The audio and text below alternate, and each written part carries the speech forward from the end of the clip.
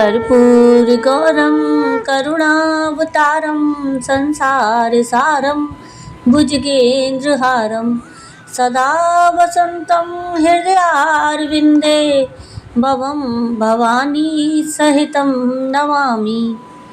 ओम नमः शिवाय। हर हर महादेव। राधे राधे। ब्रजधाम चैनल में आप सबका स्वागत है। आप सभी रसपान कर रहे हैं पवित्र श्रावण मास महात्म की कथाओं का। अब तक आप सावन महात्म की 5वें अध्याय तक की कथा का रसपान कर चुके हैं।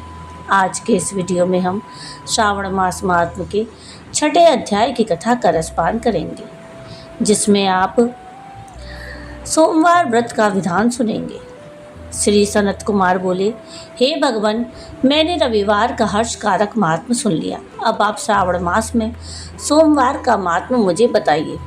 ईश्वर बोले, हे सनत कुमार, सूर्य मेरा नेत्र है, उसका महात्म इतना श्रेष्ठ है, तो फिर उमा सहित सोम मेरे नाम वाले उस सोमवार का कहना ही क्या। उसका जो महात्म मेरे लिए वर्णन के योग्य है, उसे मैं आपसे कहता हूँ। सोम चंद्रमा का नाम है और यह ब्राह्मणों का राजा है। यज्ञों का साधन भी सोम है।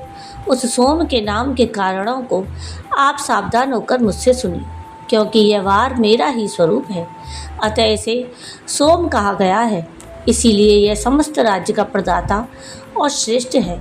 व्रत करने वाले को यह संपूर्ण राज्य का फल देने वाला है। हे विप्र, उसकी विधि सुनिए। मैं आपको विस्तार पूर्वक बता रहा हूँ। 12 महीनों में सोमवार अत्यंत श्रेष्ठ है। उन मासों में यदि सोमवार व्रत करने में असमर्थ हो तो श्रावण मास में ऐसे अवश्य करना चाहिए। इस मास में इस व्रत को करके मनुष्य वर्ष भर के लिए व्रत का फल प्राप्त करता है। श्रावण में शुक्ल पक्ष के प्रथम सोमवार को यह संकल्प करें कि मैं विधिवत इस व्रत को करूँगा या करूँगी। शिवजी मुझ पर प्रसन्न हो। इस प्रकार चारों सोमवार के दिन, और यदि 5 हो जाएं तो उसमें भी प्रातःकाल यह संकल्प करें और रात्रि में शिवजी का पूजन करें। 16 उपचारों से सायकाल में भी शिवजी की पूजा करें और एकाग्रचित्त होकर इस दिव्य कथा का श्रवण करें। हे सनत कुमार, इस सोमवार की कही जाने वाली विधि को अब मुझसे सुनिए। श्रावण मास के प्रथम सोमवार को इस श्रेष्ठ व्रत को प्रारंभ करें। मनुष्य को चाहिए कि अच्छी तरह स्नान करके पवित्र होकर श्वेत वस्त्र धारण कर ले और काम, क्रोध, अहंकार, द्वेष, निंदा आदि का त्याग करके मालती, मल्लिका आदि श्वेत पुष्पों को लाएं। इनके अतिरिक्त अन्य विविध पुष्पों से तथा अभीष्ट पूजन उपचारों के द्वारा त्र्यंबक इस मूल मंत्र से शिवजी की पूजा करें। उसके बाद कहें, मैं शव, भावनाश, महादेव, उग्र, उग्रनाथ, भाव, शशिमौली, रुद्र, नीलकंठ, शिव और भवहारी का ध्यान करता हूँ।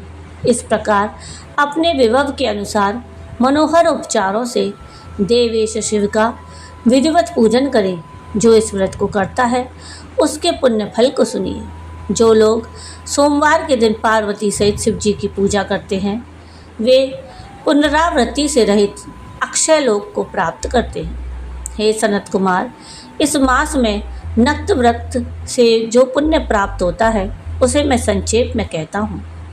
देवताओं और दानवों से भी अभेद्य 7 जन्मों का अर्जित पाप नक्त भोजन से नष्ट हो जाता है। इसमें संदेह नहीं करना चाहिए। अथवा इस अत्युत्तम व्रत को उपवास पूर्वक करें। इसे करने से पुत्र की इच्छा रखने वाला मनुष्य पुत्र प्राप्त करता है और धन चाहने वाला धन प्राप्त करता है। वह जिस जिस अभीष्ट की कामना करता है उसे पा जाता है। इस लोक में दीर्घकालिक वांछित सुख उपभोगों को भोग कर अंत में श्रेष्ठ विमान पर आरूढ़ होकर वह रुद्र लोक में प्रतिष्ठा प्राप्त करता है। चित्त चंचल है, धन चंचल है और जीवन भी चंचल है, ऐसा समझकर प्रयत्नपूर्वक व्रत का उद्यापन करना चाहिए। चांदी के वृषभ पर विराजमान स्वर्ण निर्मित शिव और पार्वती जी की प्रतिमा अपने सामर्थ्य के अनुसार बनानी चाहिए। इसमें धन की कृपणता नहीं करनी चाहिए। उसके बाद एक दिव्य तथा शुभ लिंग तो भद्र मंडल बनाएं और उसमें 2 श्वेत वस्त्रों से युक्त एक घट स्थापित करें। घट के ऊपर तांबे अथवा बांस का बना हुआ पात्र रखें और उसके ऊपर उमा सहित शिवजी को स्थापित करें। उसके बाद श्रुति, स्मृति और पुराणों में कहे गए मंत्रों से शिव की पूजा करें। पुष्पों का मंडप बनाएं और उसके ऊपर सुंदर चंदोवा लगाएं। उसमें गीतों तथा बाजों की मधुर ध्वनि के साथ रात्रि में जागरण करें। उसके बाद बुद्धिमान मनुष्य अपने गुहा सूत्र में निर्दिष्ट विधान के अनुसार अग्नि स्थापन करें और फिर शव आदि 11 श्रेष्ठ नामों से पलाश की समिधाओं से 108 आहुति प्रदान करें। यव, व्रीहि, तिल आदि की आहुति आप्यायश्व इस मंत्र से दें और बेल पत्रों की आहुति त्र्यंबक अथवा षडाक्षर मंत्र ओम नमः शिवाय से प्रदान करें। उसके बाद सृष्टकृत होम करके पूर्णाहुति देकर आचार्य का पूजन करें और बाद में उन्हें गौ प्रदान करें।